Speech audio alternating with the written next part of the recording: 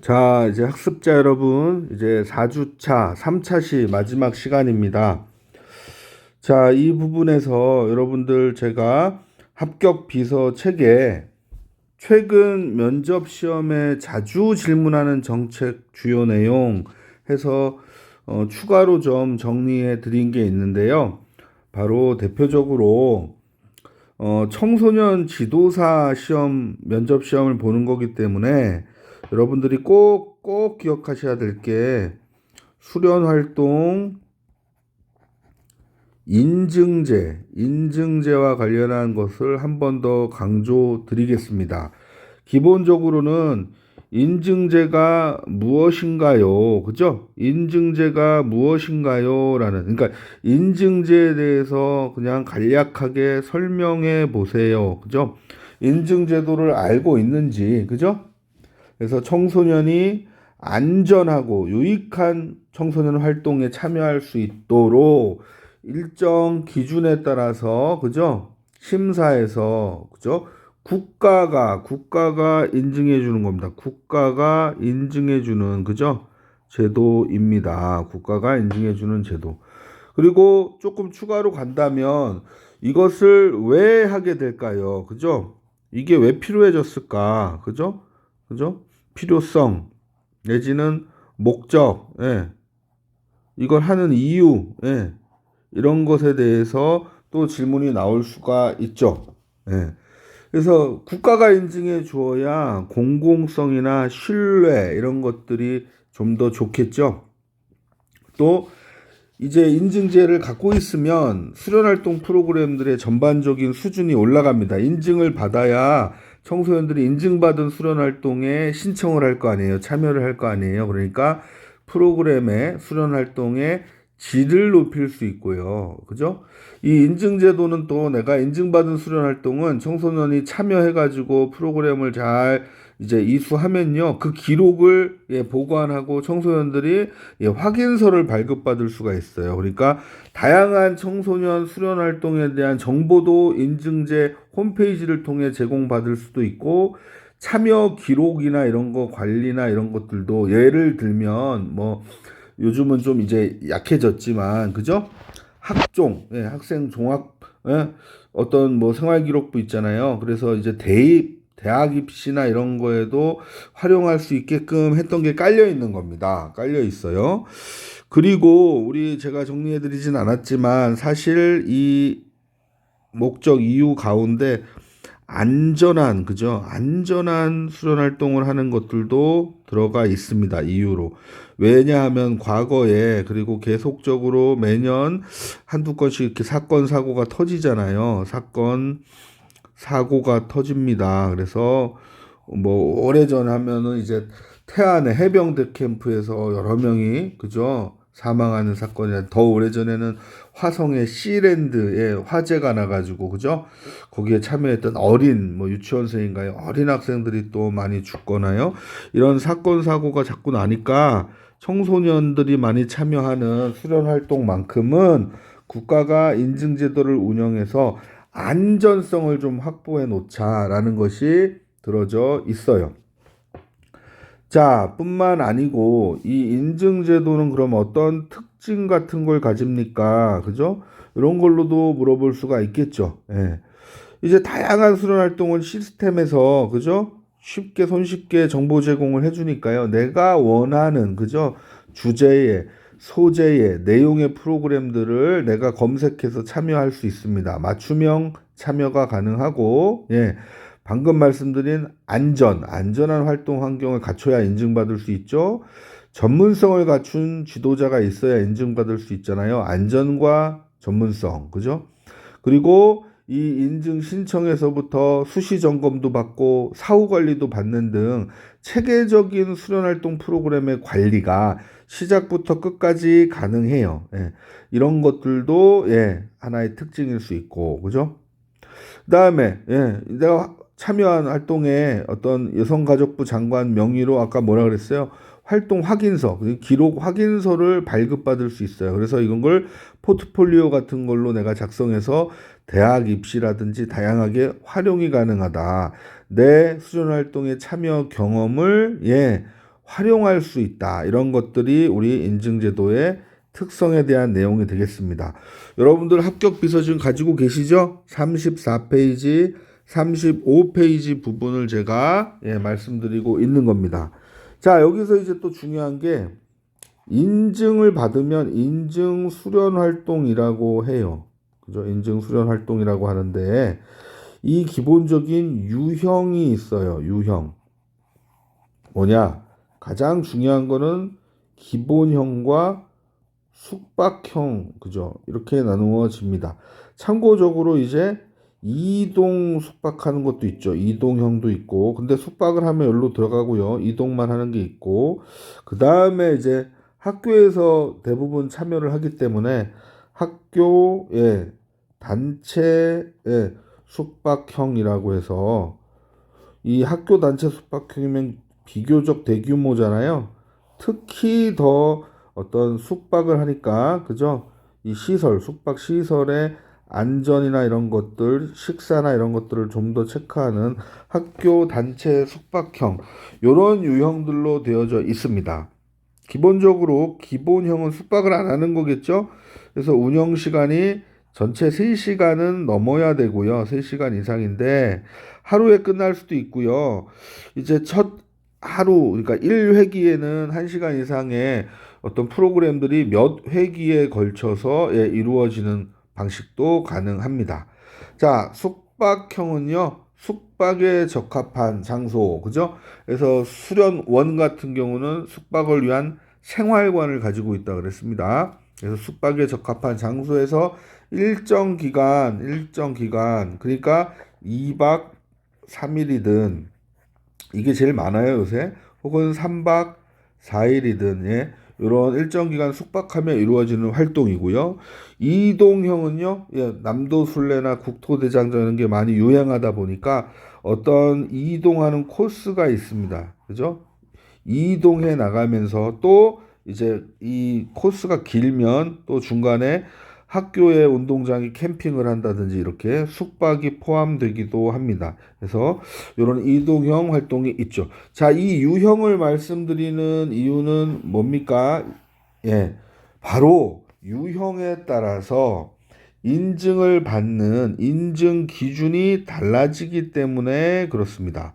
그죠? 인증 기준이 있는데 기본적인 틀이 제일 중요합니다. 아까 기본형이든 숙박형이든 상관없이 공통 기준이라는 게 있겠고 개별 기준이라는 게 있습니다. 그리고 위험도가 높은 특별 기준도 마련되어 있어요. 그래서 이 특별 기준부터 말씀드리면 위험도가 높은 활동, 그죠? 여기는 더더욱 전문 지도자가 배치됐느냐, 공간과 각종 활동을 하는데 필요한 설비가 법령을 준수하고 있느냐, 이런 것들을 더 인증 기준으로 추가해서 따진다 이겁니다. 그 다음에 특별 기준에 아까 학교 단체 숙박형이 있다 그랬죠. 그래서 이 부분에서는 학교 단체 숙박형의 활동은 전형적으로 비슷하단 말입니다. 그래서 여기서는 제대로 안전 부분을 체크하고 있는지를 따지게 되겠죠. 그래서 이러한 기준을 공통 기준과 개별 기준과 특별 기준이 있습니다. 이 틀을 먼저 익혀놓고, 그렇죠? 이 안에 공통 기준으로는 활동 프로그램에 대한 기준이 있고 지도력, 지도자 얘기하는 겁니다. 이건 인력을 얘기하는 겁니다. 리더십이 아니라. 그 다음에 활동 환경에 대한 기준이 있다. 그죠? 그래서 프로그램의 구성이나, 그죠? 또 여러 필요한 자원들을 어떻게 운영할 것인가. 지도력은요, 지도사 자격이 있느냐, 그죠? 역할 배치가 제대로 되었느냐. 활동 환경에서는 공간과 설비가 확보되어 있느냐, 잘 관리되어 있느냐, 안전관리 계획이 있느냐, 이런 것들은 공통 기준으로서 기본형이든 숙박형이든 이동형이든 뭐 하여튼 공통으로 꼭 확보해야 되는 것이고요. 이 개별 기준 내에서 숙박형과 이동형이 나누어집니다. 그래서 숙박은 숙박에 필요한 부분, 그다음에 안전관리 인력, 숙박을 하면 당연히 거기서 식사도 하겠죠. 영양관리자의 자격. 이동형은 거기다가 더 추가돼서 휴식관리, 일정 시간 걷고, 예, 휴식관리가 잘 되느냐, 그죠? 또한 뭐예요? 예, 이동 갈 때 뭐 앰뷸런스나 이런 거 같이 오느냐, 예, 거리나 이런 이동 관리가 잘 되느냐, 이게 추가돼 있습니다. 자, 이 부분을 왜 강조 드리냐?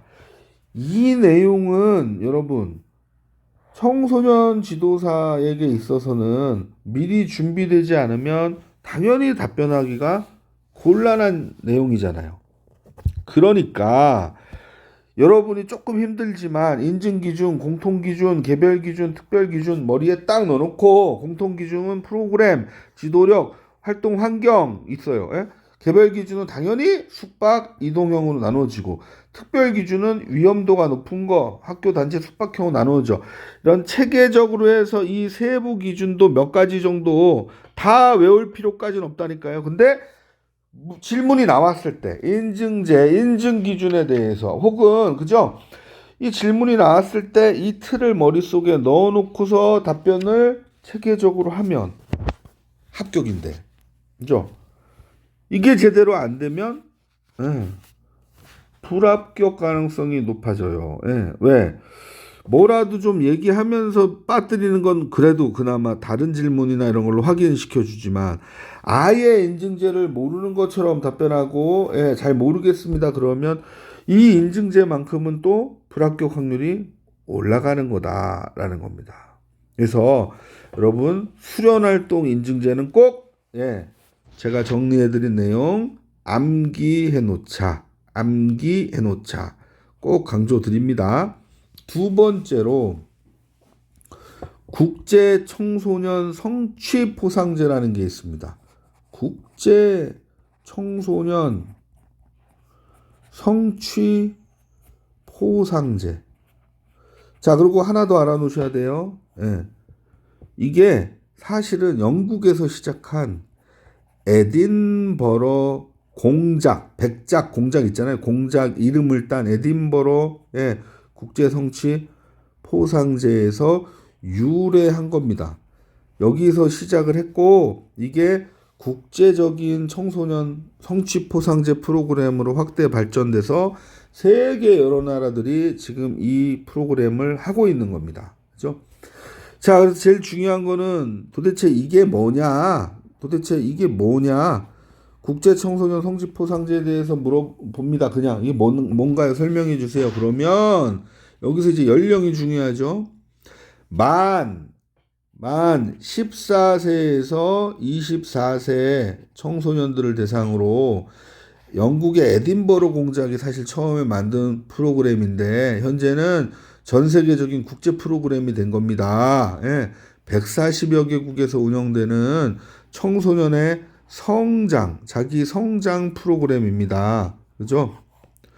뒤에 나오는데 그 기준이나 이런 거 포상 영역 기준, 활동 기준을 채우면 금장, 은장, 동장 이런 것들을 받을 수가 있습니다.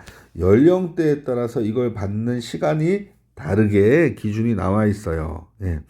이 부분이 일단 제일 중요한 거예요. 지금 방금 말씀드린 이게 에딘버러 공작 국제 성취 포상제 이게 제일 중요해. 근데 그 다음에 중요한 거는 여기서 포인트를 잡아내셔야 돼요. 국제 청소년 성취 포상제는 만 14세에서 24세 청소년이잖아요. 이걸 해봤더니 참신하고 좋아. 그죠? 그런데 나이가 만 14에서 24세까지만 이게 됩니다. 그래서 우리 한국형 우리나라에서 요거를 모델 삼아서 한국형 프로그램으로 만든 것이 청소년 자기도전 포상제라는 겁니다. 자기도전 포상제. 이것도 중요합니다. 그러니까 다른 거는 비슷해요. 이제 여기서 이제 연령이 낮으니까 시간대가 좀 다르겠죠. 다른 내용 틀은 똑같아. 근데 여기는 나이는 몇 살이에요? 요 만 14세보다 밑에 청소년도 할 수 있게 해주자라는 거예요. 그래서 만 9세에서 24세 이 사이 청소년들이 가능하게, 아니죠. 죄송합니다. 만 9세가 아니고 여기서 24세가 아니고 13세까지. 자, 이해되시나요? 한국형 자기도정 포상제는 국제 성취 포상제에 참여할 수 없는 저연령, 그죠? 저연령 청소년을 대상으로 한 제도다. 그래서 9세에서 13세고 국제 청소년 포상제는 14에서 24세다. 이게 제일 중요한 거예요. 이게 제일 중요한 거예요. 이 두 개를 여기서 이제 확실하게 구분을 해 놓으셔야 된다라는 겁니다. 그죠? 됐나요? 그러면 이제 조금 세부적으로 들어가면 어떤 활동들을 하게 되나요? 어떤 활동들을 하게 되나요? 바로 다양합니다. 봉사활동, 자기개발활동, 신체 단련활동, 탐험활동, 그죠? 근데 참고적으로 합숙활동은 연령이 낮으면 아무래도 좀 힘들잖아요. 그래서 합숙활동은 금장을 딸 때, 최고로 높은 금장을 딸 때 반드시 포함하게 금장에 한해서 이렇게 돼 있다라는 겁니다. 그리고 자기 연령이 어느 몇 살 이상이냐에 따라서, 그죠? 14살 이상이냐, 15살 이상이냐, 16살 이상은 똑같아요. 에 따라서 이 영역별로 시간이 정해져 있어요. 그러니까 몇 개월 동안 최소 몇 회, 몇 시간 이상을 해면 어떻게 해요? 충족을 하는, 그죠? 그리고 마지막 합숙 활동 4박 5일은 금장을 따기 위해서 추가되는 것이 되겠습니다. 이 기준이 정해져 있고, 이 한국형 저연령 청소년을 위한 자기도전 포상제에서는 이 기준이 조금 더 낮게 설정되어 있는 것뿐이다라는 거죠. 됐나요? 근데 여러분, 이게 여러분들 못 해보셨잖아요. 참 좋은 프로그램인데 아직 충분히 확산되지는 못했어요. 그래서 여러분들이 이거 맞닥뜨리면 미리 이렇게 우리 합격 비서나 준비해서 미리 준비하지 않으면 잘 모르겠습니다 해버리는 거죠. 근데 청소년 지도사가 되고자 하는 분들은 앞에 나온 청소년 수련활동 인증제도와 국제 청소년 성취 포상제, 에딘버러 외워두라 그랬습니다.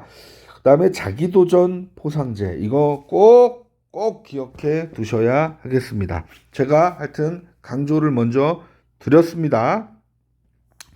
자, 그러면 이제 남은 부분은 마지막 부분이 되겠죠. 그래서 이 부분은요, 이제 사실은 각 과목 있죠. 우리 청소년 관련 과목들 중에서 또 이 면접위원이 교수님이거나 했을 때 또 교수님들의 전공 뭐 이런 거에 따라서 이 청소년 분야의 기초 지식이라고 해서 제가 따로 파트를 떼어놨죠. 마지막에 해놨습니다. 그래서 여러분 이거 보면 이거 어렵게 느껴질 수 있는데 아니에요. 이쪽에 나오는 게 질문이 이쪽에 나오는 것들은 제일 적을 것이다. 진짜 하나 이거 질문 받을까 말까, 그죠?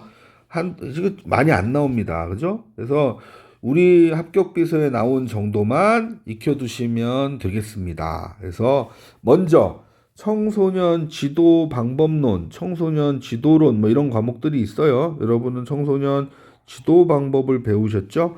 그래서 프로그램을 개발하고 또 이런 것도 있잖아요. 그걸 어떻게 지도하느냐와 관련해서 청소년 지도라는 것은 청소년들의 성장, 긍정적인 성장과 발전을 위해 의도적으로 교육적으로 다양하게 개입하는 건데, 학교 쪽의 현장과 다른 점은 주로 학교 밖에서 청소년 수련활동이나 이런 걸 지도하는 거는 주로 수련원이나 수련관이나 문화의 집이나 이런 학교 밖에서 청소년을 위해서 넓게 봤을 때의 학습활동, 그죠? 교육활동을 다 포함한, 그죠? 이런 게 청소년 지도자. 그러니까 청소년 지도는 넓은 의미에서 청소년을 교육하는 거예요. 교육이라는 것도 학교 안에서 교사 선생님들에 의해서만 이루어지는 게 교육이 아니고 넓은 의미의 광의의 교육에는 우리 청지사들이 하는 청소년 프로그램들을 지도하는 것들도 청소년 교육이라 할 수 있습니다. 다만 학교 교육과 파트너십 발휘가 중요하죠. 학교에서 배우는 지적 능력 함양 내용들을 바탕으로 도덕적 능력, 인성이나 그죠? 품성이나 그죠? 이런 것들을 좀 더 초점을 두는 이런 청소년 프로그램들, 활동 프로그램, 문화 프로그램, 교육 프로그램 이런 것들을 지도하는 거다. 자, 이렇게 했을 때 지도 방법이라는 것도 생각해 볼 수 있겠죠? 지도 방법? 그렇습니다. 자, 아이고, 죄송합니다. 청소년 지도 방법에는요, 핵심 원리라는 게 중요하게 대두되는데, 이게 학교에 또 전문가이신 교원 자격증을 가진 교사 선생님들과 조금 다를 수 있는 거예요. 바로 청소년의 자발성, 자기 주도적 참여, 이런 걸 굉장히 중요하게 생각합니다. 그래서 청소년 수련 활동은 자발적인 참여를 전제로 해요. 강제적인 참여가 아닙니다. 그리고 자기 주도적인 참여 이런 걸 도모하려고 합니다. 그죠? 그래서 동기부여가 중요하고 그죠? 네. 그다음에 참여 청소년들 간의 상호 학습의 효과를 증대하고자 한다. 그래서 대개 청소년 프로그램들은 집단 활동 방식을 많이 쓰죠. 집단 활동 중에서도 집단 체험 활동이 많잖아요. 체험. 그러니까 여러 명이 같이 참여한단 말입니다. 그래서 서로 참여하다 보면 상호 학습이 일어나는 걸 기대하고 그 효과를 노리는 것이 청소년 지도에서 중요한 부분이죠. 자, 또 수련 활동은 학교 밖에서 이루어지기 때문에 현실 여건을 고려해서 제대로 된 세팅이 제대로 갖추어진 수련원, 수련관 문화의 집이냐, 그렇지 않은 자연권 이런 곳이냐에 따라 현실 여건을 고려한 지도 방법을 적용하게 돼 있고, 이 학교 현장에서 교사가 교과서를 가지고 그죠? 교실에서 하는 것과 다르게 다양한 방법을 융통성 있고 조화롭게 활용 가능하며, 그다음에 효율, 능률을 생각하고 효과적인 지도 방법은 고민해야 되겠죠. 자, 그다음에 청소년들은 재미가 없으면 안 돼요. 그래서 레크리에이션 등 굉장히 유희오락적 지도 방법도 적극 활용하는 것이 청소년 지도가 가지는 특징이자 핵심 원리고, 학교 교육 현장에서 교사들이 가르치는 그죠? 이것과의 좀 다른 차별화된 모습이라고 볼 수 있습니다. 사실 여러분, 청소년 지도도 이론적 배경을 보게 되면 우리 교육학 개론이나 교육의 영역에서도 나오는 경험학습과 구성주의라는 이론적 배경을 강하게 가지고 있습니다. 경험학습이라는 게 뭡니까? 따로 분리되는 어떤 지식이 따로 있고, 경험이 따로 있어서 학교는 마치 중요한 지식에 초점을 두잖아요. 근데 경험과 지식은 어때? 다 소중하다. 분리하지 않아요. 그죠? 그래서 교과서에 담겨 있는 지적, 지식 뭐 이런 거 내용 전달만 하려는 것과 좀 다릅니다. 그게 무슨 말이냐? 경험을 중요하게 다루기 때문에 그죠? 오히려 무게 중심이 학생에게 가요. 그래서 교사 주도적이 아니고, 경험을 하려면 교실 안에서는 한계가 있죠. 그래서 다 영상 보고 책에 그림 나오고 이런 간접 경험하는 거예요. 그래서 교실 학습 중심에서 벗어나려고 하는 거고, 개별 학습보다는 서로 상호 간의 학습 효과가 일어나는 그죠? 집단 체험 활동 많이 하고, 경쟁시키기보다는 뭐예요? 협력, 협동, 협업 이런 것들을 많이 굉장히 강조하는 이런 경험학습의 이론적 배경을 가지고 있다. 그래서 여러분이 기억나실런지 모르겠지만 이 콜브라는 학자가 경험학습, 사실 경험학습 중에 대표적인 것은 뭐예요? 관찰학습이라고도 볼 수 있겠죠. 직접 경험도 중요한데 청소년들은 관찰을 함으로써 그죠? 직접 경험을 안 해도 배움이 일어나요. 그런데 이 어떤 과정을 콜브라는 학자가 모델화한 거예요. 그래서 처음에 구체적인 경험을 하잖아요. 그러면 뭔가 여기서 성찰이 일어나요. 깨달음이 뭔가 일어나요. 성찰. 그러면 머릿속에 일종의 개념화가 되고 다음에 어떻게 됩니까? 또 다른 구체적인 경험이 없어도 적용해낼 수 있는 이러한 관찰학습의 모델을 적용한다. 그죠? 이 과정 기억나십니까? 추상적 개념화라는 게 기억해 둔다라는 것과 비슷하죠. 기억해 둔다. 그죠? 근데 특별히 파지 과정이라는 말을 썼었어요. 처음 들어보면 안 되는데 교재에 나옵니다. 파지. 기억해 두는 것과 마찬가지. 그래서 비슷한 상황이 왔을 때 어떻게 해요? 능동적 실험 적용. 그죠? 행동을 불러일으키는 동기화가 된다. 행동으로 나아갈 수 있게 해준다라는 뜻입니다. 그래서 경험이 학습 작용이 일어난다는 것을 얘기하는 거예요. 자, 두 번째로 구성주의라는 또 이론적 배경을 갖고 있습니다. 우리 교육학에 또 나오는 거죠. 구성주의라는 것은 내 삶의 맥락에 따라서 그죠? 나하고 동떨어져 있는 뭐 어떤 아까 여기 딱 세상에 독립적인 지식이 있는 게 아니라 나에게 있어서 어떠한 경험이나 어떠한 내용이 나에게 의미가 있으면 그죠? 이게 나에게 지식이 되는 겁니다. 지식이 되는 거예요. 설명이 되면. 그래서 나와 구성주의에서는 어떤 다른 친구, 타인에게 있어서는 똑같은 내용이 오더라도 이 지식은 다른 의미를 좀 가질 수가 있죠. 똑같은 내용을 설명을 듣고 경험을 하더라도 나와 타인은 다르잖아요. 지식은 그러니까 뭐예요?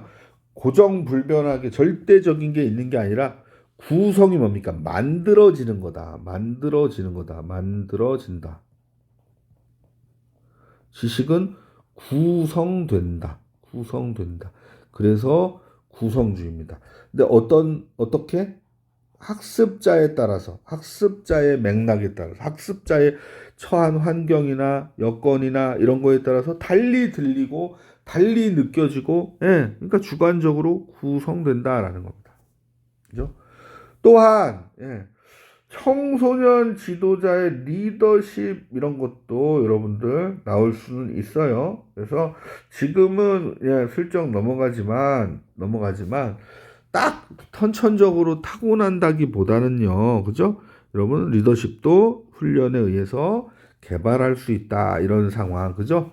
그 중에 중요한 것은 또 청소년과 리더 사이에 관계가 어떻게 잘 형성되느냐에 따라서 리더십이 잘 발휘되고 팔로우십이 일어날 수 있다. 이런 식으로 좀 설명을 잘 풀어나가실 수 있으면 될 것 같습니다. 자, 다음은 청소년 지도에 있어서 원리 가운데 자율 참여 아까 자발적으로 참여해야 된다 그랬죠? 지도를 뭘 하려고 그래요? 심성 개발, 인성, 품성의 기량 이런 거. 그다음에 문제 해결 능력을 키워줍니다. 그죠? 어떤 수학 문제를 푸는 게 아니라 살면서 이제 겪게 될 다양한 차원의 어떤 경우를 대비해서 협력해갖고 특히 협력해서 문제를 같이 해결해 나가는 능력을 키워주려고 하고요. 그러한 과정에서 현장에서 직접적인 경험을 좀 위주로는 하는데 간접이 일부 들어갈 수 있어요. 이 체험이 바로 뭐다? 학습이다. 체험학습의 원리를 동원하려고 합니다. 자, 그래서 여기 중요한 게 하나 나오는데 바로 이 자율참여 원리는 이상적으로 제대로 가동하려면 청소년이 스스로 자발적으로 선택하고 내가 잘 스스로 통제할 수 있는 상황 속에서 몰입하게 되더라. 이게 이상적인 모델입니다. 내가 강요에 의하면 어때요? 몰입이 잘 안 돼. 억지로 들어야 되는 거면, 그쵸? 근데 내 스스로 이 활동 프로그램에 참여했고, 그죠? 내 스스로 활동에 참여하고, 어떻게 가담하고, 어떻게 하는지를 내가 결정할 수 있는 어떤 권한이 있어요.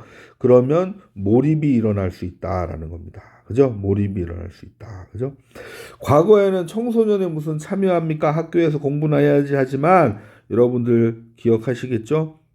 촛불 집회라든지 길거리 월드컵 응원이라든지 최근 SNS 여러 가지 소셜 네트워크 서비스 상에서 많은 변화가 일어났어요. 우리 사회 변화의 핵심 동력, 힘 가운데 하나가 바로 젊은 청소년들의 주체적인 자율적인 참여다라는 것을 이제는 알게 되었죠. 청소년 참여를 이야기하면은 반드시 또 물어볼 수도 있고 청소년 참여에 대해서 뭐 이렇게 하트라는 학자가 제시한 청소년 참여 사다리 모델 이런 거 들어봤나요? 아시나요? 잠깐 설명해 줄 수 있나요? 그러면 이게 8단계라는 거 정도 기억해 두고 처음에 1 조작하고 액세서리처럼 데코처럼 장식하고 그죠? 이름뿐인 형식적으로 참여시키고 하는 3단계까지는 실질적인 청소년의 진짜 참여가 아니다. 그죠? 그래서 8단계 동등한 파트너십까지 일어났을 때 청소년이 주도하고 실제 성인과 의사결정까지 공유하는 단계가 가장 높은 수준의 참여 수준이라고 하트는 제시했습니다. 이걸 다 외우지 않아도 된다고. 요 정도만이라도 이야기하면 수업 때 그래도 잘 들었구나. 청소년 참여라는 거는 우리 노무현 대통령 참여정부 왜 참여 붙였어요? 시대 흐름이 참여가 굉장히 중요하게 대두됐던 거예요. 청소년 분야에서도 왜 그래서 참여기구 만들어지고 청소년 참여를 중요하게 생각해요. 이러한 흐름이 있었기 때문에 그렇습니다. 그죠? 그래서 혹시라도 이 참여와 관련해서 이야기 나오면 하트의 사다리 모델, 모형, 참여 사다리 모형, 이런 것까지는 기억을 해 두셔야 좋겠다라는 겁니다. 그래서 이 이론적인 부분은 여러분들 좀 개관한다 그러죠. 개괄적으로 개요. 전체적으로 그냥 답변하는 면접 시험에서 일일이 자세하게 설명을 할 수도 없고 모든 것을 다 외워갈 수도 없어요. 핵심이 뭐다. 참여 사다리 8단계잖아요. 처음에 조작하고 이렇게 뭐 데코처럼 하고 그다음에 이름뿐인 형식적인 참여 이런 어떤 명목주의 토크니즘이라고도 해요. 토크니즘. 이런 3단계까지는 사실 실질적인 참여가 아닙니다. 그래서 궁극적으로는 청소년과 성인이 동등한 파트너십 수준으로 올라가는 것이 하트가 봤을 때 그러니까 청소년이 주도할 수 있고 의사결정도 성인과 공유하는 이 수준이 가장 높은 8단계 참여 수준이라고 했습니다. 이 정도는 어떻게든지 답할 수 있게끔 여러분이 체크를 해 두시기 바랍니다. 자, 우리 4주차 3차시 마지막 수업은 이쯤 마무리를 짓고 나머지 부분은 이제 5주차에서 다루면 될 것 같아요. 여러분들 그동안 수고 많으셨고 우리 합격 비서 매일같이 조금씩 꼭 보라고 그랬죠? 지키고 계신가요? 그리고 LMS 탑재된 거 그때 반복해서 꾸준히 듣고 계시지요? 여러분 잘 들어주셔서 이제 학습 진도가 꾸준하게 잘 올라오는 걸 저도 확인하고 있습니다. 그러니까 조금 바쁘고 힘들더라도 반복해서 미리미리 좀 준비를 해주시기 바래요. 자, 4주차 3차시 마지막 강의는 이것으로 마치겠습니다. 여러분들 수고 많으셨습니다. 다음 주에 또 만나겠습니다.